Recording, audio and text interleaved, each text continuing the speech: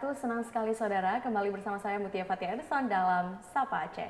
Kali ini kita akan membahas terkait dengan catatan BPS Aceh susah tumbuh. Nah saudara, berdasarkan dari data BPS bahwasanya penduduk miskin di Aceh pada tahun 2024 itu tercatat sekitar 14,23%. Sedangkan pertumbuhan ekonomi di Aceh tahun 2023 itu ada sekitar 4,23%. Dan telah hadir bersama kita narasumber yang sangat luar biasa, yaitu ada Bapak Ahmad Rizwan Nasution. Selamat pagi Bapak. Pagi Mutia. Wah, luar biasa sekali Bapak. Nah Bapak ini merupakan seorang kepala Badan Pusat Statistik Provinsi Aceh. Nah Bapak, sebagai pertanyaan pembuka nih Bapak, Siap. berdasarkan dari data BPS Provinsi Aceh, terkait dengan kesejahteraan masyarakat itu diukur dari sisi perekonomian masyarakat. Kira-kira bagaimana pandangan dari Bapak? Ya, baik, terima kasih ya. Jadi sebagaimana mandat Undang-Undang Dasar tahun tahun 97, BPS itu diberi mandat untuk melakukan penyediaan data statistik dasar. Ya, dalam hal ini statistik dasar itu adalah statistik yang dapat digunakan untuk menilai pencapaian tingkat kesejahteraan masyarakat. Di antaranya tingkat kemiskinan, tingkat pengangguran, dan pertumbuhan ekonomi, dan beberapa indikator. Dan BPS Aceh secara rutin melakukan rilis beberapa indikator, ada sekitar 12 indikator itu dirilis untuk melihat tingkat kesejahteraan Aceh dalam hal ini. Berarti Gitu. ada 12 rilis ya? Ya, jadi kita ada 12 indikator, ya, di mana 12 indikator itu sebagai untuk menilai tingkat kesejahteraan ataupun pencapaian pembangunan di Aceh. Termasuk tentunya juga di provinsi lain dan secara nasional. Oke, apakah dari ke-12 indikator itu dilakukan secara bertahap atau sekalian gitu Pak? Ya, jadi bertahap. Jadi misalkan untuk setiap bulan itu kita rilis tingkat inflasi, nilai tukar petani, tingkat pariwisata, penghunian kamar, ekspor impor, dan lain-lain tentunya. Kemudian secara triwulan kita melakukan rilis pertumbuhan ekonomi, kemudian per semester kita rilis berkaitan dengan tingkat kemiskinan, tingkat ketimpangan, kemudian tahunan kita rilis seperti IPM dan lain-lain gitu. Di mana setiap indikator itu nanti ada indikator turunan-turunannya juga. Jadi tidak peak 11 tapi bisa lebih dari tidak 12 tapi bisa lebih dari 12. Wah, luar biasa sekali. Berarti dari hal utama itu di 12 indikator, tapi di bawahnya itu ada sub-indikator lagi. Benar. Contoh misalkan indikator pertumbuhan ekonomi. Jadi misalnya pertumbuhan ekonomi itu ada struktur ekonomi, kemudian ada sumber pertumbuhan dan lain-lain begitu. Jadi ada istilah saya indikator turunannya. Oke, luar biasa sekali. Nah Bapak, kira-kira apa faktor utama yang berkontribusi terhadap tingkat kemiskinan yang relatif tinggi gitu di Aceh? Jadi kita untuk menilai faktornya harus melihat bagaimana kemiskinan itu diukur. Ya. Jadi secara konsep kemiskinan itu diukur berdasarkan batas hidup layak rumah tangga, dalam hal ini pendekatannya konsumsi. Jadi konsumsi itulah nanti dikonversikan menjadi nilai rupiah tertentu, lalu nilai rupiah tertentu dibandingkan dengan yang namanya garis kemiskinan. Ya.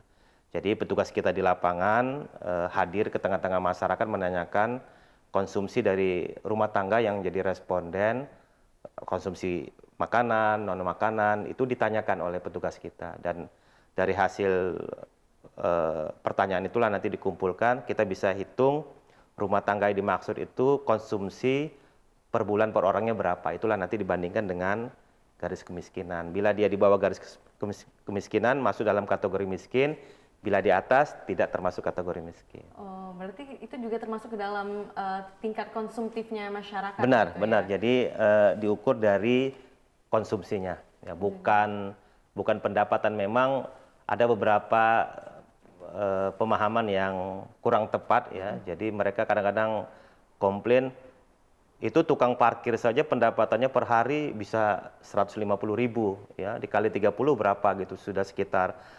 4.500.000 gitu. Padahal kemiskinan itu dihitung dari konsumsi ya. Jadi lagi-lagi konsumsi, sehingga menjadi perhatian kita semua bagaimana pendapatan yang diperoleh, baik pendapatan sendiri maupun dari pihak lain, itu konsumsinya yang dihitung begitu. Oke, bagaimana pendapat Bapak jikalau sebagian masyarakat yang impulsif terkait dengan sifat konsumtif mereka kesehariannya itu termasuk ke dalam di atas garis kemiskinan atau di bawah garis kemiskinan, Bapak? Ya, jadi lagi-lagi sangat tergantung dari pengakuan masyarakat yang dalam hal ini responden. Ya, jadi petugas kita mendatangi door to door, menanyakan konsumsi makanannya, kemudian konsumsi lain-lain. Nah, itulah menjadi bahan penting untuk menilai tingkat konsumsi rumah tangga tersebut. Dan yang perlu mendapat perhatian juga, konsumsi yang dimaksud itu tidak harus dari pendapatan sendiri, bisa saja dari bantuan orang lain, sehingga program-program pemerintah yang bersifat bantuan sosial, kemudian bantuan-bantuan lain selama itu disampaikan atau tercatat menjadi sebuah konsumsi, itu menjadi kontributor untuk meningkatkan jumlah konsumsi rumah tangga dimaksud. Oke, Bapak. Kalau kita berbicara terkait dengan kemiskinan, pasti Baik. kita tidak jauh-jauh dari pengangguran. Apalagi Baik. di Aceh itu juga salah satu daerah yang termasuk tinggi ini tingkat Penganggurannya. usia produktif tapi Iya, iya. menganggur gitu. Iya, Nah, kira-kira iya. bagaimana tanggapan Bapak? Ya, jadi pengangguran itu ya adalah mereka-mereka yang sedang mencari pekerjaan, ya, dan mereka-mereka yang masih sudah bekerja tapi masih mencari pekerjaan. Menurut catatan kami, ya, tingkat pengangguran Aceh tahun 2024 itu sekitar 5,56%. 5,56%. Ini setara dengan 144.670 penganggur. Ya. Bila dibandingkan dengan angka nasional, ini masih relatif tinggi karena nasional itu 4,82%. 4,82%. Luar biasa sekali, Saudara. Jadi kita bisa melihat ya bahwasanya tingkat pengangguran di Aceh itu sudah tinggi, bahkan relatif lebih tinggi daripada catatan dari nasional itu sendiri. Dan kita bisa melihat Bapak terkait dengan data tingkat pengangguran di Aceh itu bagaimana hubungan dan erat kaitannya dengan pertumbuhan ekonomi serta kemiskinan yang ada di Aceh. Baik, ya. Jadi kalau kita perhatikan dari tren data, ya, tadi saya sempat lihatkan tren data, memang pertumbuhan ekonomi itu menjadi instrumen penting untuk peningkatan pendapatan dan instrumen penting juga untuk mengurangi pengangguran tentunya. Hanya memang untuk konteks Aceh terlihat bahwa pertumbuhan ekonomi yang dicapai oleh Aceh itu belum sensitif dalam dalam mengurangi tingkat pengangguran, ya. Faktornya banyak tentunya. Hanya kalau kita perhatikan dari data, ya, tingkat pendidikan para penduduk, ya, yang bekerja itu sebagian besar masih dalam kategori SD ke bawah, sekitar 26,10%. Ya. Jadi artinya nilai tambah yang diciptakan tidak optimal untuk mendorong nilai tambah untuk mendorong pertumbuhan ekonomi gitu. Ya, jadi di sini di catatan BPS, ya, tenaga kerja itu, ya, sebagian besar masih berada di sektor buruh, ya. Buruh karyawan itu sekitar 31%. Itu untuk menurut sektor pekerjaan. Kemudian untuk menurut lapangan usaha, ini menarik ini, Mutia. Di pertanian itu bisa menyerap tenaga kerja sebanyak 38,07%. Berarti luar biasa. Lebih banyak ya kalau misalnya untuk di sektor pertanian. Tetapi yang menjadi catatan penting juga yang terserap di sektor pertanian itu adalah mereka-mereka yang pendidikannya pada umumnya SD ke bawah. Nah, itu menjadi catatan, sehingga pada saat pertanyaan bagaimana untuk peran dari tenaga kerja untuk mendorong pertumbuhan, ya diarahkan untuk sektor-sektor yang bisa memberi nilai tambah, ya. Dari catatan kami, sektor-sektor yang memberi nilai tambah itu dari pengalaman beberapa daerah tentunya sektor industri, ya. Kita berharap bersama supaya semoga kedepannya di masa yang akan datang agar lebih diperkuat di sektor industrinya, ya, Benar, Pak, daripada benar, sektor pertanian, ya. Dan juga Bapak, nanti sebentar lagi kita akan membahas terkait dengan perbedaan infrastruktur antara daerah urban dan juga rural. Jangan kemana-mana, tetap di Sapa Aceh.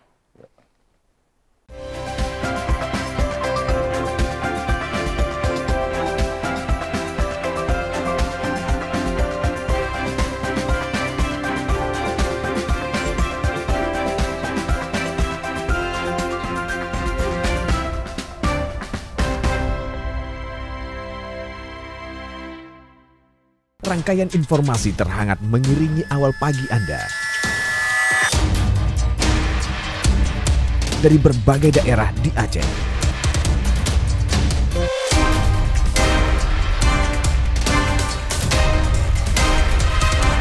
Kompas Aceh hadir setiap Senin hingga Jumat pukul 6.30 waktu Indonesia Barat. Hanya di Kompas TV, independen, terpercaya.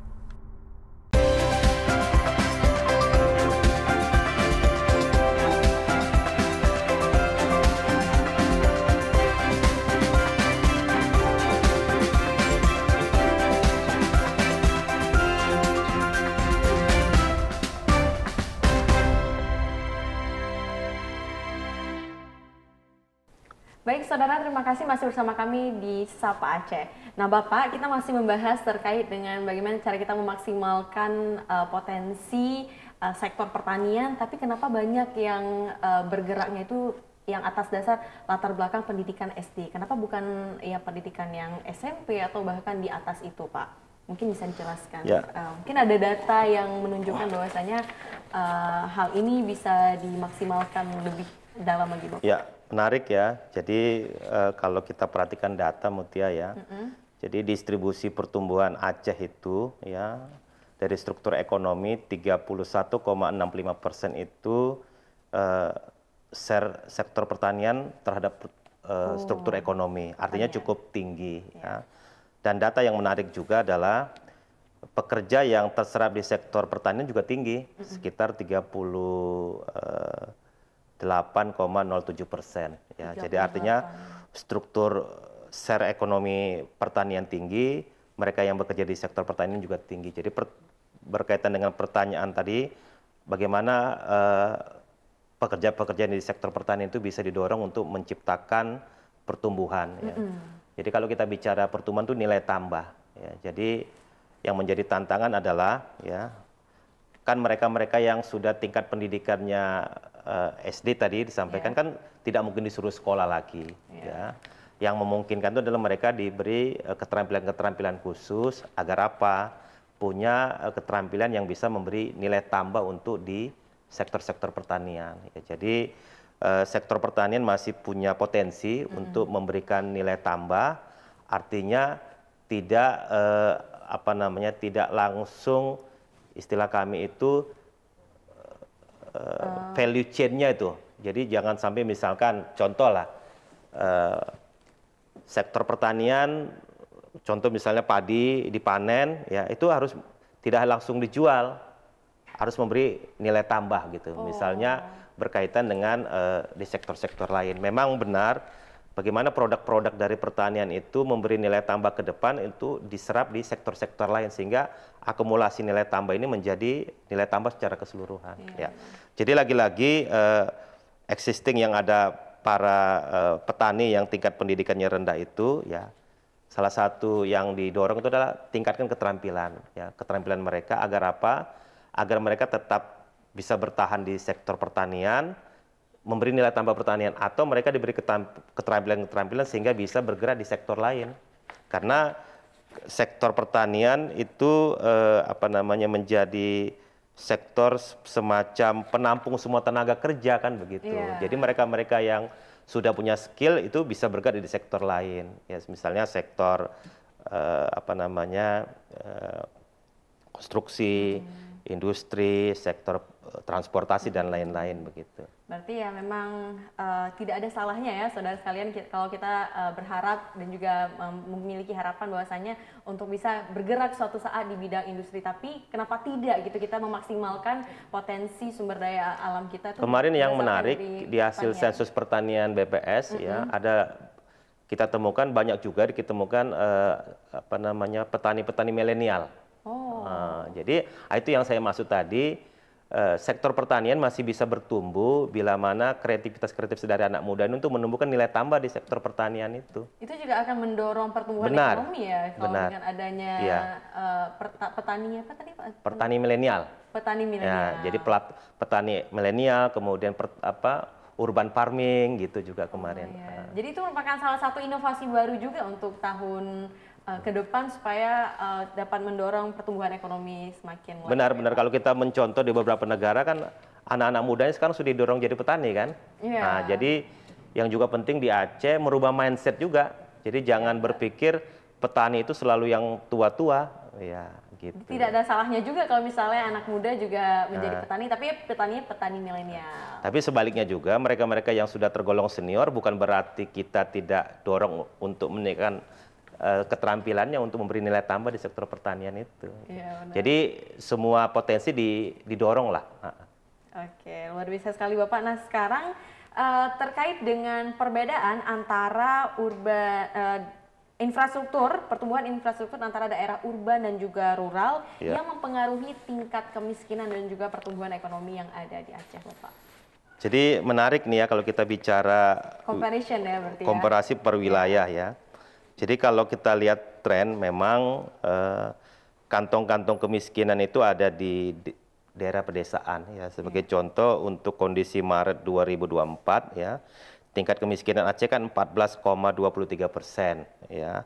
Di mana kalau dirinci menurut wilayah ya di desa itu 16,75%. 16,75%. Wow. Kemudian di perkotaan 9,6%. Artinya dari angka ini kantong kemiskinan itu ada di daerah pedesaan. Sehingga bila mana pemerintah Aceh untuk ingin melakukan percepatan pengentasan kemiskinan mulai fokus ke pedesaan. Ya, mulai fokus ke pedesaan bagaimana teman-teman di pedesaan itu didorong untuk bisa keluar dari kemiskinan melalui berbagai intervensi tentunya. Kira-kira apakah ada kebijakan khusus dari pemerintah untuk bisa mengatasi kemiskinan dan juga berfokus kepada pedesaan gitu Pak?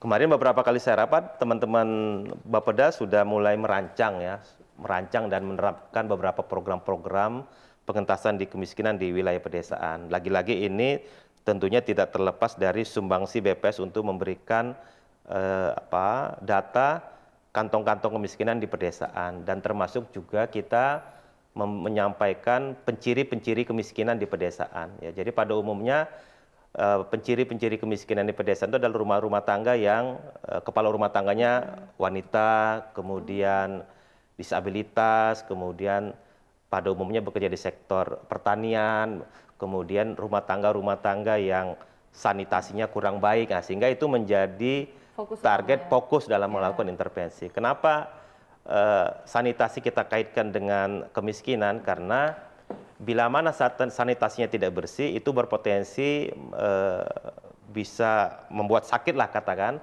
Nah, kalau sakit tidak bekerja kan, kalau tidak bekerja tidak punya pendapatan, bagaimana mereka mau konsumsi? Jadi itu istilahnya penciri tidak langsung. Intinya kemiskinan itu bagaimana konsumsi rumah tangga itu didorong melalui berbagai intervensi tadi. Jadi sekaligus dalam kesempatan ini kami sampaikan kepada semua pihak yang sanitasi, perumahan itu penciri-penciri kemiskinan yang punya potensi bila mana dilakukan intervensi perbaikan-perbaikan itu bisa mendorong konsumsi dari rumah tangga. Dan tidak juga dilupakan bantuan-bantuan sosial juga berpotensi karena mengurangi beban pengeluaran rumah tangga. Contohnya begini, jadi bila mana misalkan ada rumah tangga, rumahnya direnovasi, kan tambah bagus tuh. Nah, sebenarnya dengan dia tambah bagus kan, dia peluang untuk hidup sehat juga makin tinggi kan. Nah, sehingga nanti kita bisa pastikan secara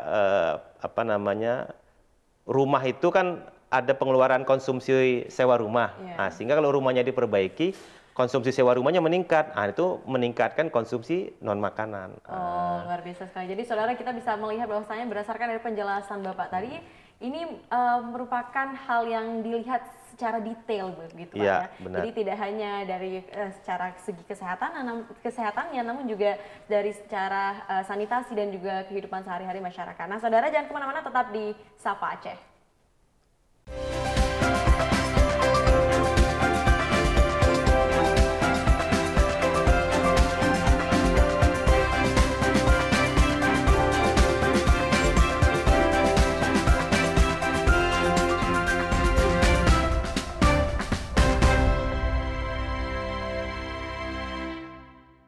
Rangkaian informasi terhangat mengiringi awal pagi Anda.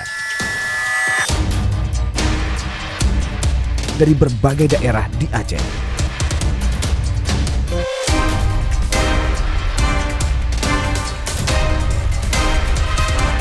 Kompas Aceh hadir setiap Senin hingga Jumat pukul 6.30 waktu Indonesia Barat. Hanya di Kompas TV, independen, terpercaya.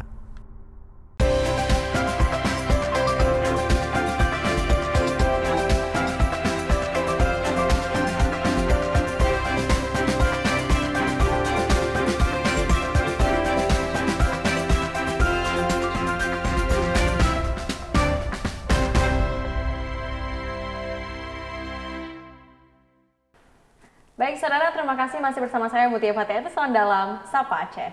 Nah Bapak, terkait dengan stigma dari masyarakat bahwasanya dari data maupun yang beredar di halayak ramai bahwasanya Aceh sebagai daerah termiskin se-Sumatera. Banyak yang mengatakan bahwasanya itu hanya berdasarkan data dan Aceh masyarakatnya sendiri itu masih merasakan kesejahteraan gitu, tidak sama dengan apa yang dikabarkan berdasarkan dari data maupun yang ada di sosial media. Kira-kira bagaimana tanggapan Bapak? Oke, baik ya. Jadi berkaitan dengan kemiskinan ya, apa tadi Aceh termiskin di Sumatera. Ya. Jadi gini, Mutia dan pemirsa semua ya, pada saat kita memahami sebuah indikator pembangunan itu tidak semata-mata di ujungnya. Jadi artinya teman-teman pemirsa juga harus terbiasa melihat progres pencapaian indikator-indikator pembangunan. Ya. Sebagai contoh misalkan tingkat kemiskinan ya. Jadi tingkat kemiskinan Aceh pada tahun 2024 itu kan sebesar 14,23%. Artinya setara dengan sekitar 805.000 orang ya begitu. Memang kondisi di 2024 Aceh memang masuk dalam kategori termiskin se-Sumatera ya. Setelah Bengkulu 13,56%. Bahkan kalau kita bandingkan dengan nasional itu cukup jauh ya. Nasional 9,03%. Hanya itu tadi, jangan melihat pada satu titik. Jadi kita coba lihat dulu titik ke belakang seberapa kinerja penurunan kemiskinan di Aceh. Jadi kalau kita buka data di tahun 2005 ya pasca tsunami saat itu, tsunami 2004 2005, tingkat kemiskinan Aceh itu 28,69%. 28,69%. Sementara Bengkulu saat itu tingkat kemiskinannya 22,18. Jadi kalau kita lihat kinerja penurunan kemiskinannya ya, selama 20 tahun ya, 2005 sampai dengan 2024 sekitar 20 tahun kan, Aceh telah berhasil menurunkan kemiskinan 14,46 persen. Ya.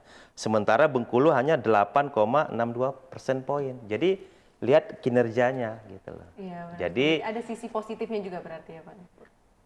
Ya, artinya kinerja penurunan kemiskinan sangat progresif, bahkan lebih progresif dibanding nasional yang hanya bisa menurunkan kemiskinan dari 15,97 menjadi 9,03 itu hanya 6,94% poin. Nah, jadi dari sisi itu sebenarnya masyarakat Aceh harus berbangga. Iya. Artinya program-program kolaborasi pemerintah telah berhasil menurunkan kemiskinan selama 20 tahun cukup signifikan. Iya. Bahkan bisa hampir setengahnya kan, dari 28,69 menjadi 14,23 itu hampir setengahnya. Demikian. Luar biasa sekali, apalagi karena pada masa itu juga kita baru saja bangkit ya dari bencana alam. Iya, benar.